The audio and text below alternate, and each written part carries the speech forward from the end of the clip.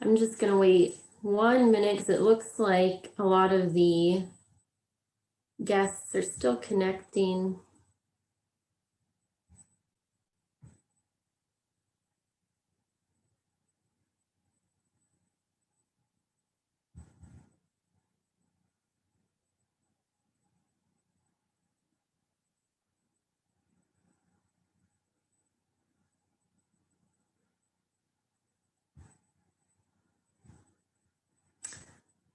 Okay, well, we're going to start because it's 6 on the dot. So I'm going to let people filter in as they will, but we'll go ahead and get started. So my name is Nicole. I am employed with Friends of the Boone County Arboretum, which is the nonprofit that supports the operations of the Boone County Arboretum. And I run our Arboretum on Wheels program, which is our environmental education and outreach program. Today we have Dr. Matt Springer, who's the Assistant Extension Professor of the Wildlife Management at the University of Kentucky. His academic and research interests include wildlife damage management, human-wildlife interactions, and habitat use and management. He has received numerous research grants, presented his findings nationally, and has been published in international journals. Some of his projects include black vulture nest success all the way to elk reproduction success. So he's very knowledgeable, has a wide range of experience, and we're very thankful that he is here with us today to discuss our small backyard wildlife habitats. So he has a presentation for us, and then we're going to leave some time, maybe about 10 minutes at the end, to answer some questions. You should see a chat box in your Zoom portal. If you have a question, feel free to type it in and we'll monitor it. And hopefully Dr. Springer can get it answered for you. So take it away, Matt. Thanks, Nicole, and good evening, everybody. I'm glad to be here. And like many people, I probably, I'd be happier if I was there in person. However, new times, and it is what it is. You just don't get to see all the nifty things I usually bring along to you for my talks as demonstration. But I am glad to be here. And as Nicole said, if you have questions as I'm going through, please type them in your chat box. I'll try to address them as soon as they come in. And hopefully you get something out of this that helps you. I imagine the reason you're here is because you're trying to improve wildlife habitat in your backyard or on property that you own.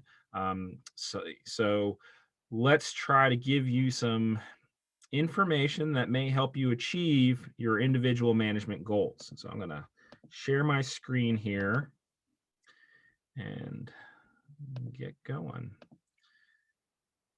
All right, so there should be a bobwhite quail standing in a nice pollinator mix on that screen. Is that what everyone's seeing? All right. Yes. Okay. So whenever we think of managing our property for wildlife, it really kind of depends on a lot of different situations on how you can be successful in your goals. And the problem is, we have well over 500 different species of wildlife that call Kentucky home. Now, I understand we have some folks from Southwest Ohio, and we won't hold that against them.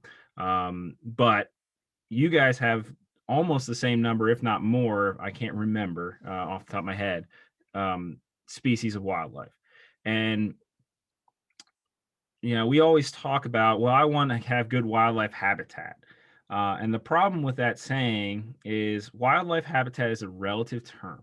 And when we teach folks about wildlife habitat, there's important things to have in context. One, what you consider habitat depends on the individual species. It also depends on what part of their life they spend in an area and what they're doing during that part of their life to manage habitat to provide what they need for those things. So if we think of I want to have bird habitat, right? So it's general term bird habitat. Do you want turkey habitat? Do you want quail habitat? Because turkeys like big woods and need, mature trees. Quail do not necessarily like mature trees. They'd rather have grasslands with some shrubs in them. So those are two different things and would be competing against each other for success if you just try to say, I want bird habitat. And the same kind of holds true for things like, maybe a common yellowthroat, which is a warbler that likes shrub habitat and grasslands, and you'll sometimes see them in backyards where there's vines and bushes. But if you go out in the woods where you have 100-year-old oak trees, you'll never see one ever because they do not like those areas. That's not providing the shrubs that they need for their insects that they use as food, berries, as well as the protection from predators and the nesting areas that they prefer to use. And that's all complicated by this idea that wildlife, unlike plants, move. I always say I'm in the Department of Forestry and Natural Resources, so I have a bunch of my counterparts are forestry folks, and I tell them they have it easy because their study specimen, the things that they work on, do not move. We are trying to manage for something that can pick where it wants to be on the landscape. And the good thing about that, and one of the mantras that we use with wildlife habitat is, if you build it, they will come. And that's because if you build the habitat they prefer, they tend to find it and show up and use it, which is nice. So everything that I'm talking about here is going to be, somewhat species specific, or at least to groups of species. So you have grassland birds. And the nice thing about grassland birds is most of them prefer the same type of structure. Mature forest, old growth species. Sometimes we have these generalists that will basically live anywhere. And a great example of that is a white-tailed deer. They will pretty much live anywhere there's food and a lack of efficient predators. So we have other species in our area that, pass through sometimes for overnight, especially right now when we talk about our migrating birds. Some stay here year round. Some may stay in the same small 1-acre patch of woods their entire life. We just talked with our herpetologist about queen snakes. He's doing a project on queen snakes, which is a type of water snake. And they literally will find that snake its entire life in about a 10 to 20 foot stretch of the river. Does not really move once it sets down. So it's good to keep that in mind. The other thing to keep in mind is habitat is neither lost nor gained. It just changes form. So you may have had a cornfield and at one point, now it's houses. So you went from species that like agricultural areas to now you went to species that like urban suburban areas. It's not actually a loss of habitat, it's just changing form. So keep that in mind as we talk about this. So when you're looking at, I want to manage for X, Y, or Z species, you need to think of certain things that they require to have good wildlife habitat. And those can include things like food, cover, water, sometimes depending on what species you're managing for. That can be much more important for things like amphibians and reptiles, a little less important for things like white-tailed deer, actually, who get most of their water through their plants that they consume. Nesting habitat, brooding habitat, hibernation areas, or hibernaculums, which are really important for things like, not in Boone County in Southwest Ohio, bears, but other things like your amphibians and reptiles that tend to spend the majority of their winter underground, or bats, really important for bats who are very much looking for specific temperatures and shelter. So if you're looking at, I've decided I'm going to manage for this species, I need to look at, okay, so what kind of food do they have? Well, you're going to have to do research into what species you want to have more abundant on your property. But you have to think about food in a couple different ways. It can take a couple different forms. It can take many forms that the animal may use. We commonly think deer as herbivores, but on coasts, or near large bodies of water like lakes, if there are fish that wash up on the lake, the deer will readily consume those fish because of the protein content. So those hard, fast rules of herbivore, omnivore, carnivore don't really hold true in some situations. Many of the times that's a high source of protein and I can get it in my mouth and digest it, I'm going to eat it. But let's get into the more general rules here. So food can be the actual plants or trees themselves. So the leaves, the buds that are produced, New growth on plants is highly nutritious for many, many animals. It's the concentration of nutrients as that plant's trying to grow, right? It needs those nutrients to grow. It also means they're stockpiled in one small location that makes it easy to put in your mouth and digest. So that is you think of that as the base for our wildlife. It can also be the fruiting bodies that those plants produce. And this is common with many of our trees and also some of our vines and bushes and shrubs. That can be, the mast, right? So either hard mast, where you have things like acorns and beech nuts, hickory nuts, um, that have a hard outer shell, or it can be soft mast like grapes, raspberries, I'm trying now. I'm missing out here. Just think berries, but for the most part, persimmons are another one where you have the fleshy material on the outside of the seed. That's obviously a highly nutritious, just like we like them. Most of our wildlife also enjoy them. Quite noticeable if you have blueberries in your yard and you do not have netting over them to keep the birds away. They will be gone in no time. It can also, and this is where it gets a little more complicated, it can also be the insects that call those plants their home. And this is especially important for things like bats. Um, Many of our birds rely heavily on lepidoptera, so your moths and butterfly, your caterpillars, right? Those are highly nutritious food sources for many, many birds. And the availability of them especially breeding birds is really important to get those um, chicks up to size and out of the nest as quick as possible so they can start putting weight on for the fall migration. So the problem with insects is that they generally have specific host plants that they will use. So they're tied very tightly to a specific genus or family. And if you do not have those present in the landscape, then you will not see those insects there. So they're that tight tie to those specific plants, like we see with monarchs and milkweed, makes it very important that you have diversity of species present, plant species present in an area for many of our wildlife species that rely heavily on insects as their food source. So how do you, increase food and producing more food for wildlife when we're looking at how most of this is linked to the bottom, how much food is available at the bottom? And that really kind of means you're not managing for the food itself, but you're managing for the plants that produce the food, sometimes are the food, but either they produce the food or they're the host plant for the things that are also consumed. So your insects. So we're not even thinking of that pyramid, the food web where you move up and up and up. We're just talking about the bottom where that those herbivores on the bottom where you may have some small predation events going on, but we're not talking about the top predators. We're just talking about managing the bottom of that food web where all the energy is created. So after food, and we talk about really managing those plants, one of the other things that's connected to food and plants is really cover. Because plants create structure in the landscape, they visually obscurity, right? So if there's a tree somewhere in a field, it's blocking something. If there's a lot of trees in the field, then you really can't see the other side of the field. So cover is all, in essence, a form of visual obscurity.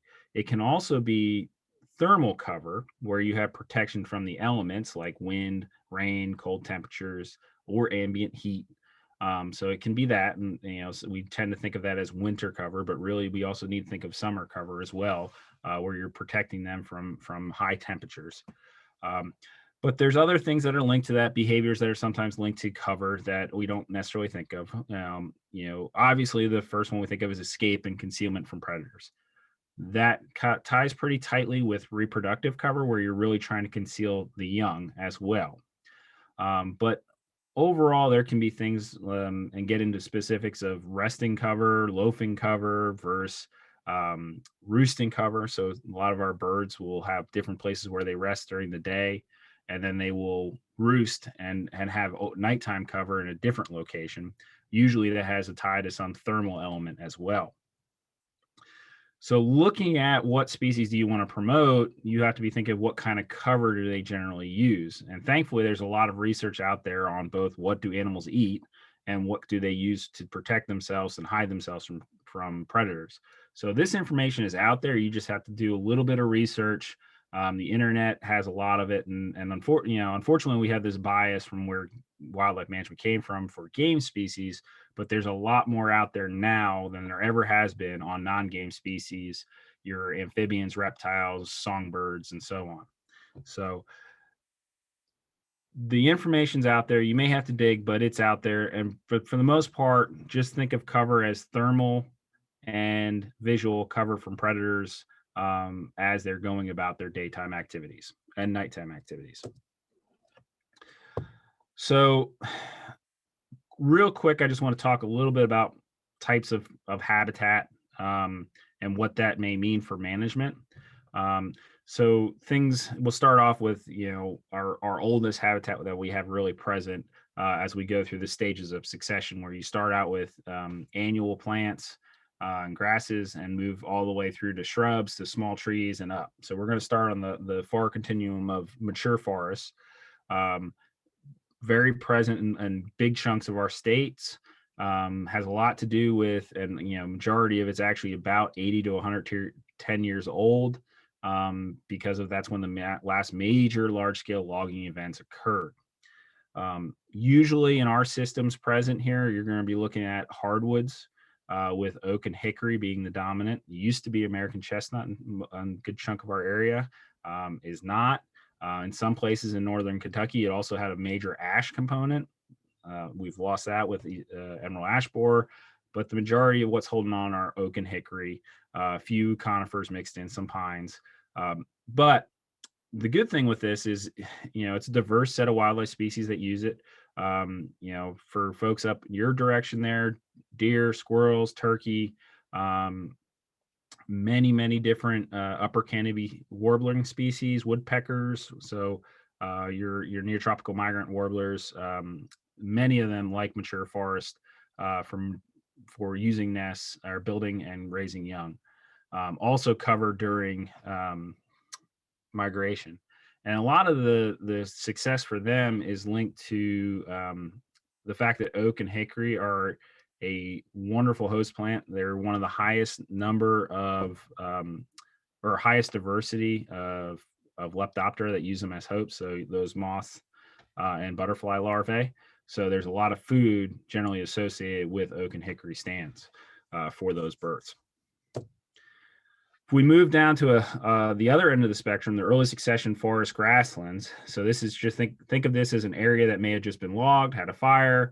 There's no more mature trees standing. It's the complete opposite. So this is your fields and your early, your grasses are up. So you may have some small trees growing. This is the opposite spectrum for what we try to manage for wildlife. You're going to see a lot more understory plants that aren't necessarily trees. You get some vines, you get shrubs, you get lots of saplings that are coming up. You may see more grasses, forbs, vines. Unfortunately, in disturbed landscapes, you tend to see a lot of invasive species, honeysuckle, potentially buckthorn, a few others. But the thing to think about with this is it is generally a more diverse habitat, lots more species present, given the variation, just vines, shrubs, and grasses and trees.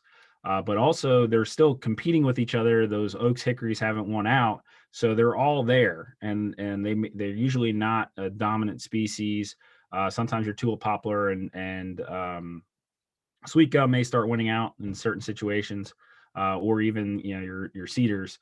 But they're all there, which means that you have insects that are using all of those as well. You also, with the forbs being present, you have a lot more wildflowers and the diversity of pollinating relating plants and soft mass producers. So there's a bunch there. And I see that nope, never mind.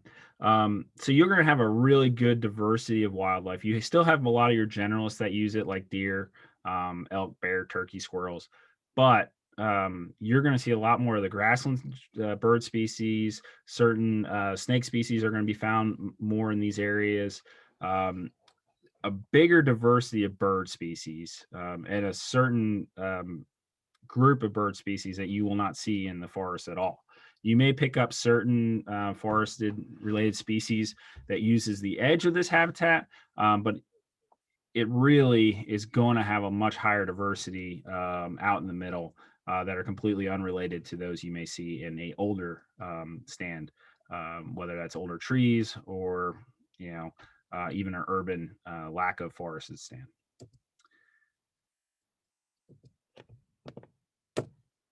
So then we talk about everything in between. So this is all the other stages of growth. And basically if you're managing things for forestry and production for tree production, lumber production, you're going to have a mixed stand where you have older trees, you have a secondary, an understory, and then you have shrubs in the ground. And that's a really diverse stand when you think about structure, visual obscurity. If you look in the picture there's cover all the way through on the ground, all the way up.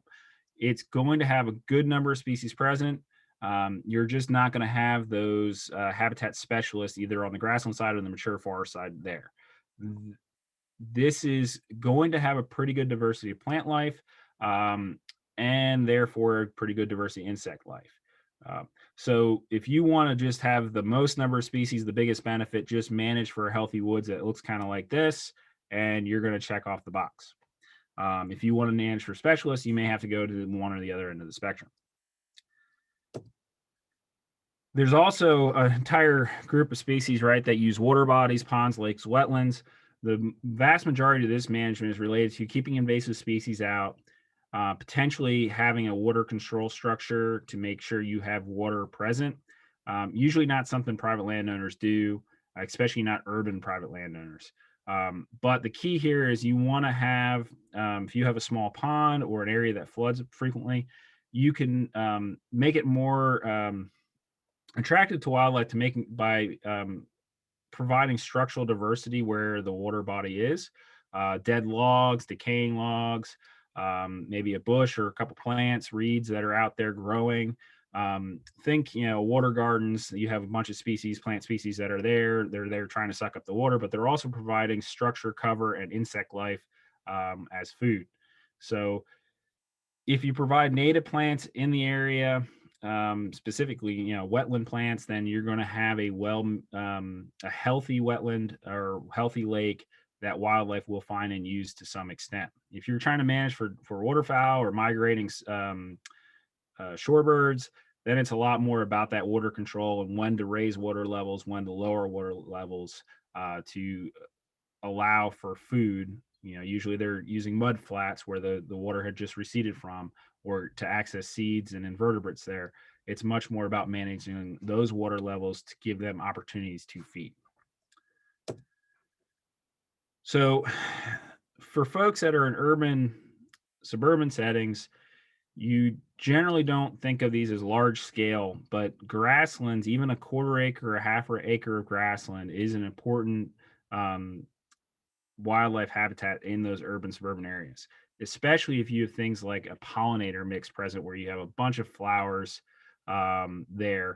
It's really important nowadays to give both butterflies, monarchs specifically, and our bees a chance and access to enough nectar to make it through for resources for the winter. Really good for birds as well. However, when you need a couple acre stand to avoid the sink issue, which it's basically good habitat, but it's so small that any predators that are around may be able to find eggs really easily in nests or find the actual adults. So you're almost creating a trap for them if it's not big enough to make the predators really work to find them. So good for pollinators, good for insects in general. Also can provide those seeds later on for migrating birds. It just sometimes is hard to balance whether or not it's good for songbirds in general for nesting time. Does provide cover, does provide food for many, many species outside of birds as well with the plant material that gets produced. So if you have a larger area, 3 to 5 acres, this is something that you can very much have success and impact on wildlife populations and get it planted in your planted and going, and needs to be disturbed every once in a while. How it gets disturbed, we'll get into in a little bit really quickly, but it does need to be disturbed. Otherwise, it becomes a forest eventually. Snags, so we're going to kind of go back to other components here. And snags can be something that you see on the edge of a forest. It can be in your backyard. And it's kind of in forestry, they call it a dirty word. And that's because snags can be a very dangerous item in the forest because it is a dying tree or a dying branch. It is starting to decompose and eventually it will fall to the ground. The reason foresters do not like it is because then they're out in the woods enough, snags do come down, and if they come down on a person, it's a big problem. The thing for wildlife is it's incredible benefit to them for many reasons. First and foremost, you get an entire group of insects that are trying to break down that branch and consume it. So it's a food source for many of our woodpeckers and bird species. Along with if that snag is laying on the ground, it's a down material. Bears and raccoons, skunks, a lot of our mammal species will use it to look for those insects. It's also cover on the ground for things like salamanders and snakes. But then our birds, because it's a dead dying tree and it can be hollowed out easier, many of them will use cavities, so those holes in those trees, as nesting areas until those snags actually fall to the ground. General rule of thumb for that, for making sure there's enough snags around, is about 1 to 2 an acre. Certain species require more, some require less, but 1 to 2 per acre is a good number. And those are really larger trees, think 14 dBH-ish size trees. You can get to that by having a bunch of dead branches on trees as well. It doesn't necessarily have to be dead trees, entire dead trees. It can be parts of trees that are dying, that are decomposing, that basically are acting the same way as a dead tree. Things like wood ducks were heavily tied to snags and cavities, and it was one of the reasons that their populations crashed back in the 40s, 50s, until someone decided to build wood duck boxes and put them out there to fill that lack of cavities in the landscape.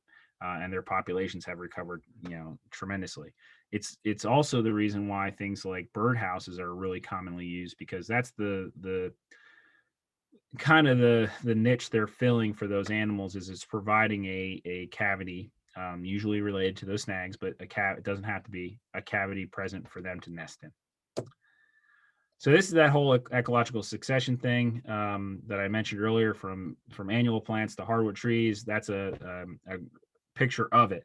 And really, this is a reminder slide to drive the point home that when you're managing for wildlife habitat, you're really managing succession, and you're trying to keep plants in the stage that you need them to be into for the species that you're managing for, or trying to, based on the property, make sure that you have a mix of these of ages on the area that you're managing for wildlife. And that's all comes back to, this is what we try to do as wildlife biologists. We are managing succession and creating the specialty areas like snags or woody debris or rock piles to meet all these species goals. To manage succession, we need a disturbance event. Natural disturbance used to be things like fire, tornadoes, hurricanes, ice storms, which we just saw a little bit of this past year, but they're not at the frequency they once were, especially fire. So we have to sometimes actively cause disturbance on the landscape to create the habitat we want. Here's a great list of how you can think of what birds need what. And this is generally how we approach things, right? So I mentioned that you need to kind of look at what is out there for the species you're managing for. So if I am looking at, I want to manage for Kentucky warbler, I just need old trees. And really is kind of hands-off management. Now, when we get to the left side here, when we're talking about grass forward shrub or even small or shrub, small tree, it's a level of management and a level of disturbance that needs to be in the landscape. So the left to right is kind of the most, so far left in that list is the most disturbance of the landscape and the most active management. Further right you go is the less consistent or frequent the management is needed to cause disturbance. So I just want to throw that up there so you can see it. There's a common species that many people are interested here that are in there, so you can kind of see where they fall, what kind of management may be needed for each of those. So if you have property and forest, there's a couple strategies that get into logging. That's really an efficient way to put a disturbance on the landscape that benefits a lot of species to get that new growth and kickback succession. A couple different cuts. And if these are done correctly, it has wildlife benefit. There's BMPs, best management practices that are out there. There's a lot of research that it goes into those. Logging is not bad as long as it's done with a plan in place and management goals understood and supervised and consulted with foresters or wildlife biologists who can help make sure that you're using logging as a means to achieve management strategies. And they get more and more complicated from, this was really talking about patch cuts or basically clear cuts at smaller scales up to different kinds of, this is a shelter wood harvest where you're leaving some trees in the landscape, but letting light hit the ground, which is what causes that plant growth. And these harvests are tied to species. There's information out there on which species benefit from what. So if you are interested in that, there's plenty of info out there, and I recommend reaching out to a professional in the wildlife or forestry realm that can definitely tie that together for you. There's other strategies that aren't necessarily logging based, but they are used by foresters. They are also used by wildlife biologists to try to promote a healthier forest patch, greater tree growth, more mass production. Those are things like crop tree release, where you're actually taking smaller understory trees that are really just competing with the larger overstory tree for sunlight and space and resources. And if you remove them, you open up that gap, let more sunlight in, take those competitions away, you tend to see a very big burst in growth and also potentially a big burst in acorn production and mass production to go along with it.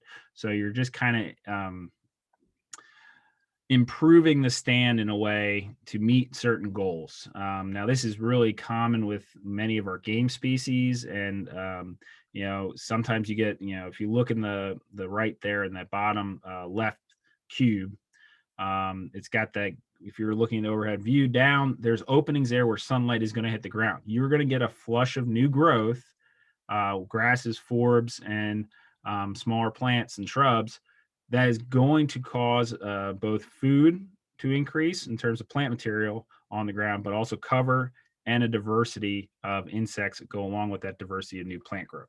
So there are some benefits there as well. What that looks like in real time in terms of mid-story removal is a picture on the left here is where everything's crowded in. Picture on the right is the year after that was done. This is, I believe, down in Berea Forest.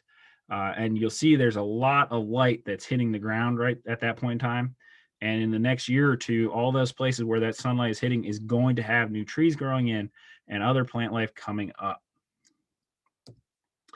Fire is one that we use, might not be a great strategy in suburban urban areas, but it does provide a great disturbance tool, reduces fuel load, great for insects, foraging, diversity of new plant growth, and so on. Not great for a neighborhood. Other things, that if you have a small field next to a forest that you can kind of provide its structural diversity, is something called edge feathering, where you're actually basically taking a what may be a very hard transition from a field to a forest, and you're slowly removing over about 100 to 200 feet a few trees here or there. You lay a couple down to let some sunlight in, and you're basically creating a soft transition where you get some smaller plants, some slightly larger shrubs, moving on up to bigger trees and finally into that forest stand. So you're creating basically a grassland a small shrub to tree area and then to the forested area. So you're kind of moving along that succession gradient, producing a lot of cover and new growth. Also, all those trees that are on the ground, they put off buds that can be consumed by many of our herbivores for a couple of years. Great tool in terms of providing a lot of good habitat for many birds, small mammals, and so on. Other things that you can do, you can create brush piles, and this is a great thing that you can do in your backyard. You can do this with an old Christmas tree for the year, where you can put it out and basically build up a brush pile. Usually you want to have some larger items on the bottom, as you see in the bottom picture there, to create some space where animals can get under that brush pile. But basically a place that animals, where there may not be a lot of other cover around, you can put this there, and it gives them something to get into to get escape predators, or even provide thermal cover during the day or at night. Not something you necessarily want to put next to a garden if you have a garden and are worried about wildlife damage, because this is going to be a cover place and source for things like groundhogs, rabbits, lots of your birds that will go into your garden. So good for wildlife. Make sure you think about where you're putting it outside of necessarily the wildlife goals. The other thing, if you have a little bit of acreage and say you are, depending on the landscape, you may provide a link between forested habitats. What you can do is create a corridor, right? A travel corridor, by planting or allowing areas to grow up. These can be linear. They don't have to be very big. They can be 20, 30 feet across, but it just provides a link that's not open space. So if you're trying to travel across a fescue field and you're a rabbit or a turkey, you're out in the open and vulnerable. If you have some trees there and some flowers growing up, whether that's, it could be grasses, big blue stem, little blue stem, it could just be new trees. Anything that's providing visual obscurity just to go from one place to another is going to increase your survival rate. So small little things like that, when you're thinking about bigger picture landscape level, can go a long way. And usually you can tell if you get on Google Earth or just look on Google Maps and pull up that satellite view and look at your property. If you look at what your neighbors have, you can tell if there's maybe a way to build a corridor in to help wildlife out. Grassland strategies here. I'm going to really run through this, but remember that disturbance is key. And the big thing I want to mention here is that you usually have to have some disturbance on a grassland to keep it a grassland every 3 to 5 years. Generally, fire is best. However, there's other things like disking or even cattle or goats that can help set back succession in these areas. So there's a lot of information out there. If you do have grasslands or looking at grasslands, maybe you have cattle. Native grasses are a great tool to use to help supplement your fescue growth, especially during June, July, and August, when your fescue kind of shuts down. That's when the native grasses take off. So if you're looking at diversifying your stand and food availability during those harder summer months, it's something to look into. And it does quite well. And there's money out there to help you achieve that through the Farm Bill. Other options to set things back, as I mentioned, there's mowing and haying can be done to kind of remove that material that sets it back. The problem is you usually have a buildup of plant material close to the ground that will need to be dealt with at some point, whether that's through disking or fire. You can use herbicides to set things back quite effectively. However, it tends to you make sure your herbicide mixture and solutions are correctly chosen. Otherwise, you will favor a certain type of plant over another. Disking is a great one. It usually should be done about every 3 or 4 years. Kills plant material, breaks it up, gets that dirt exposed, and it just starts it over. However, you need to usually be on the lookout for invasive species much more when you do the disking, because it's an opportunity for them to get established. Fire is best, not always best for your neighbors. Other things that we talk about that many people are interested in are things like food plots for wildlife or orchards.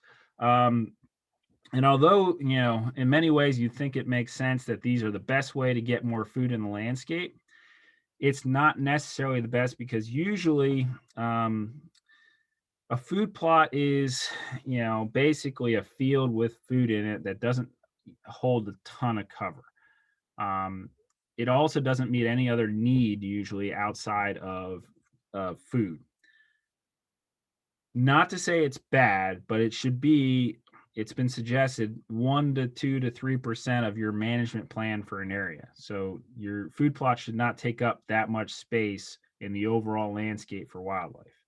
And if you're in an area that has a lot of agriculture, you need to think of those corn and soybean foods as just food plots, and therefore should be calculated into what's out there.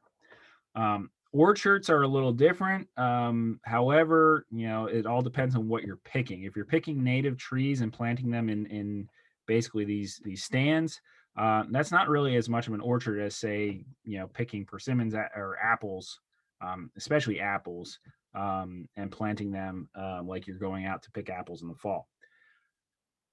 One of the best things you can do is create an opening.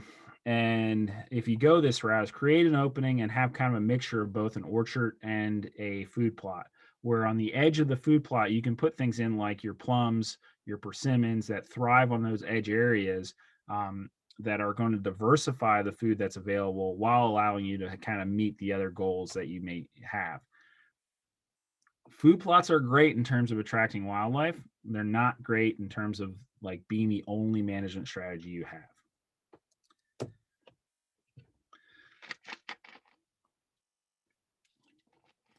So the next topic here, and I'm getting closer to ending, but a really important one is invasive species management. And this is especially important in urban, suburban areas where we've had a lot of disturbance from human involved activities.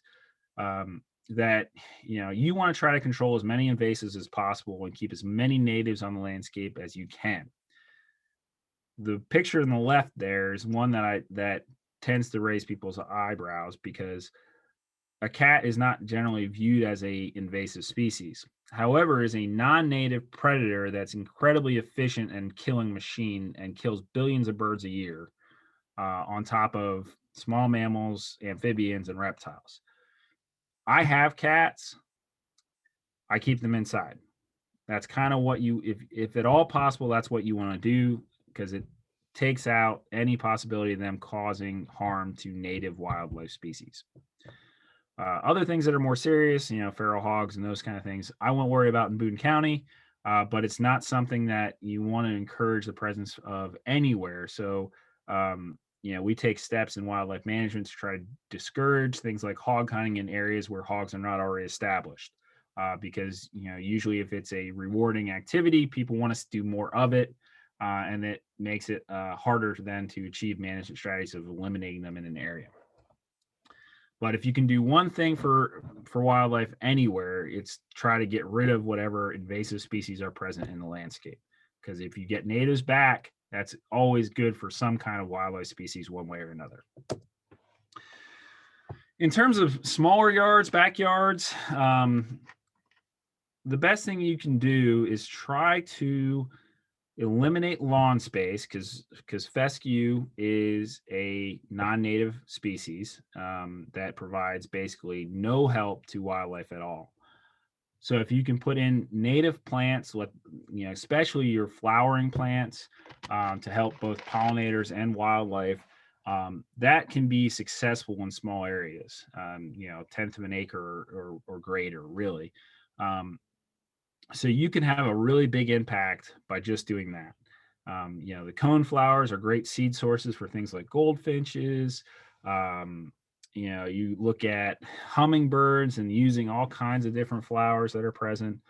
Milkweed is good for your bees and monarchs, and other butterflies.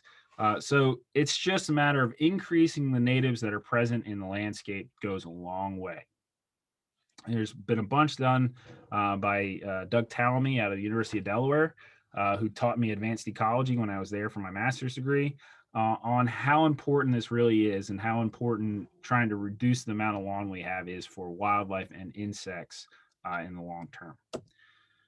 Other things, goes right along with that. You can really just try to choose at the very least, non-invasive species. And sometimes that can be tricky. There's a lot out there, especially in the greenwashing realm, that talks about, oh, this is a great species for carbon. It sucks up a lot of carbon, therefore it's good for fighting climate change. Well, that's great, but if it's all we do is grow this one tree for climate change issues, there's not going to be a single insect or wildlife species that can use it. So you basically created a desert for that reason. When an oak species is super diverse and sucks up just as much carbon, it just doesn't grow as fast. So we see a lot of that. Things like Empress tree is a popular one. So my cautionary tale here is, the best thing you can do is plant native. However, I get some folks are not, natives are sometimes harder to establish, harder to find, only flower certain ways. So just make sure that you're picking, if you're not picking native, pick non-invasive. Excuse me. Feeding wildlife, whether that's bird feeders, salt blocks, those kind of things. It has a role and a place. However, do as much research as you can on it. Now, feeding burns is not as hard, right? Make sure you're picking the seeds that are going to attract. Really the best seed you can pick is sunflower seeds, because your invasive species like starlings and English sparrows don't tend to choose it. But you only get certain, attract certain birds for each type of seed. The big caution here is you want to make sure that you're cleaning your feeders, because there can be a lot of disease spread at these feeding locations. These birds are sitting on these feeders, grabbing seeds as they eat. They're pooping, and if they poop on the seeds, the next bird comes along and tries to consume it. There's potential there for disease transfer. Same kind of holds true for things like hummingbird feeders with that sugar. It can go bad very quickly, depending on heat and mold and everything else. So you want to clean them on a regular basis. The hummingbird feeders, you want to probably clean about every other day if possible, if not every day. The other bird feeders, it depends on use, but it's good to feed them or to clean them with a bleach water solution about every week or two. In terms of salt blocks and those kind of things for deer and feeding deer, if you're, deer are generalists and they consume almost 750 types of plants. They're not starving. If they are starving, it's because there's too many deer. That usually isn't seen in this area of the country. That's seen more up in the northern areas where you get snowfall, so it's harder to find food year round. Our deer in Kentucky and Ohio, especially southern Ohio, are not limited by food in any way, shape, or form. They're also not limited by minerals. So you're not going to really increase their health to any measurable extent by feeding them year round or by giving them minerals. There's no science that backs that outside of deer pens where the deer can't access the food they need by their own choosing. What they do is they actually attract animals to the same location, similar to bird feeders, and there's potential for disease spread. It's good. It's a strategy that we use to count deer and estimate deer densities for short periods of time. And that's something you can do on your property if you're worried about having too many deer. We have publications through Extension that detail how you can do that.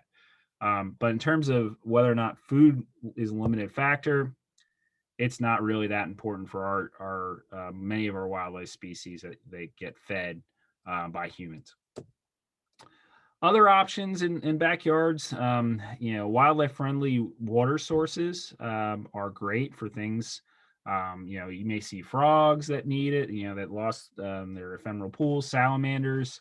The big thing here is it doesn't need to be big, should have native plants, a couple different structures for cover around them.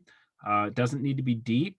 And honestly, what it really needs is some kind of transition from deeper water to where the animal, especially a bird, if it falls in the pond, has a way of swimming and then can walk out of it or get up on a piece of vegetation to where they can get out of the pond. Because if it's just a deep 2-foot pond that has no ledge or anything that's 1 or 2 inches tall, it's somewhat of a death trap for animals that they fall in. So a sloping pond is the best. You can put those potted native plants in and lilies and everything else, but providing some kind of structure in the pond is important. And you will see use. I mean, I had a bullfrog that found my pond in downtown Lexington that I don't even have a water body within 500 yards of me, and a bullfrog still found the pond in my backyard. So that if you have it, they will find it. Something will find it. But it's one thing that does not have to take up a lot of space, and provide it can provide a lot of um, useful space for many of our wildlife species, and birds, especially in the heat, will come in and use this to cool off in urban areas because of the higher temperatures that we tend to see in those zones. So the take home here really is kind of managing out wildlife on your property really depends on what species you want to promote. If you have a larger area of space that you can manage, a diversity of habitat types and age structures will help the most number of species, whether it be game species or non-game species. Um, but you always want to kind of take this landscape level view as possible, right? So pop your head over the fence, see what your neighbor's doing, and try to build your plan off of what they're doing, because the wildlife don't know where the property line is. All they care about is, can they meet what they need to survive in that given space. Remember that food plots and feeding wildlife isn't necessarily a necessity, um, and it's much more important to manage for a healthy ecosystem, native plants, get rid of those invasives, than it is to provide just food in a space for wildlife. And with that, I'll take any questions. I tried to rush through some of that, and I apologize if it went too quick. But be happy to take any questions if anyone has any. Thank you, Dr. Springer. And while we're waiting for those couple questions to come in, I wanted to mention that you had discussed, looking and seeking out native flowering plants, as you want to build your backyard habitat. And the Arboretum on Wheels, which is our mobile classroom, we actually grow a ton of native perennial flowering plants, like the milkweeds that you mentioned, and all those pollinator attractors. And we actually set those out as a fundraiser when we go to farmers markets and public events and festivals. And we use, the funds that we get go into our scholarship program for that, for the schools. So you're helping us teach kids, and you're also getting some great plants to take home. So I encourage you, if you're looking for some native flowering plants, to come check out the Arboretum on Wheels. So if you have any questions, feel free to type it in the chat box. Someone said, thank you very much. It was a very informative presentation. Thank you, Robert. I may have to come up and purchase some native plants. It's a problem I have. So I can never have enough, it seems. It sounds like a great problem to have. And yeah, if you have questions, feel free to type them in the chat box. We have recorded this presentation as well, and we'll be emailing that link out later for anyone who'd like to watch it again or to see Dr. Springer's contact information on that presentation as well. So it looks like we do have one question. Can you see that?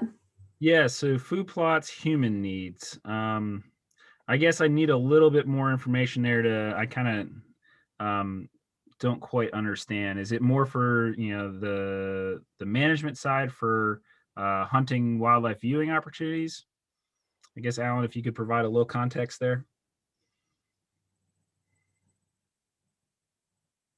What type of food plots? Well, that depends on species, but there's a number out there. And to be honest, the best thing that you can do if you go the route of food plot is to plant a mix, some kind of mix of vegetation, whether that's, the one I like to talk about a lot is winter wheat, clover, turnips for deer. It also provides habitat for turkeys.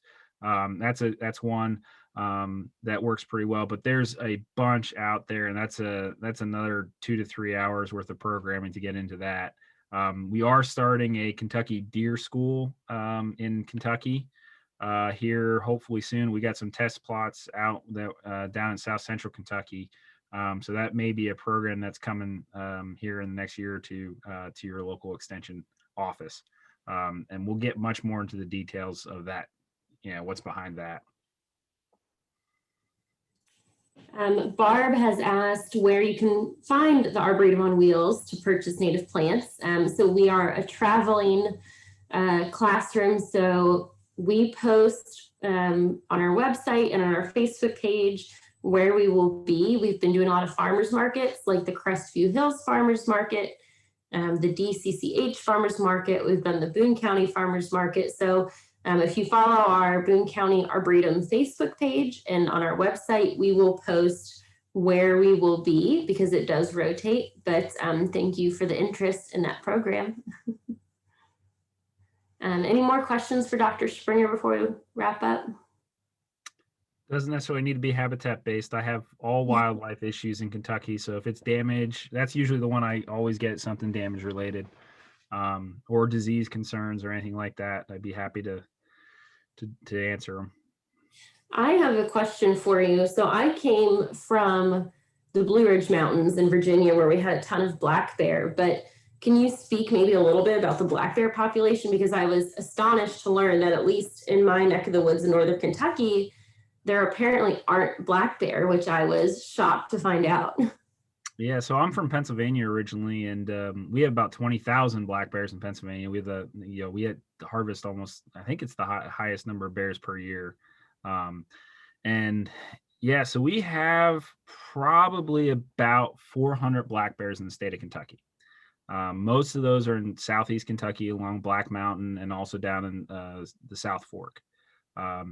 Those are kind of the two core areas of the black bear range. We are seeing expanding numbers and expanding range. Their population is growing by about like 6 bears a year by the calculations we have.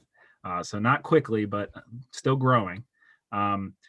Obviously, if you're not used to being around bears, it's a concern. There's some behavior changes that may need to take place on both the human side, mostly the human side, to save the bears. But, you just have to think of bears as a 200-pound to 300-pound raccoon. So anything that's going on, that a raccoon would normally get into, a black bear will do the same thing. They follow their nose. They're just a lot stronger than the raccoon, so they get into trouble that way. We do have issues with problem bears generally when they get fed by humans, and that's one of the big things with the behavior change. Keep the trash locked up and don't put it out until it gets picked up. Don't feed the bears. A fed bear is a dead bear, and it's just a matter of time. And also is the reason like people can get attacked is, bears that get habituated to humans and relate them to food is a big problem. For the most part, they're not a safety concern. If you're down in southeast Kentucky hiking, just wear a bell on your backpack, make noise, talk loudly if you think there's a bear around. Familiarize yourself with the sight of bear scat. If you see fresh scat, then you should probably talk loud as you walk around because usually they will head the opposite direction. However, you do not want to get in between mom and her cubs. That's kind of the worst of it. And usually if you make a lot of noise, that won't happen. So there's a lot of information at bearwise.org, and I'll put that in the chat here. And that's kind of the Southeast Wildlife Agency's information on living with black bears and how to deal with them and what to do in certain situations. So. Yeah, and in Virginia, there was just a bear around every corner. It was not a big deal. And I was, like I said, shocked to find out that there's not too many in Kentucky. So, well, thank you. If there's no other questions, we'll go ahead and wrap this up. And Dr. Springer, thank you so much again. That was incredibly informative. If you have any questions, feel free to reach out to either one of us. And we hope you guys enjoyed and have a good night. Yep. Take care, everybody. Thank you.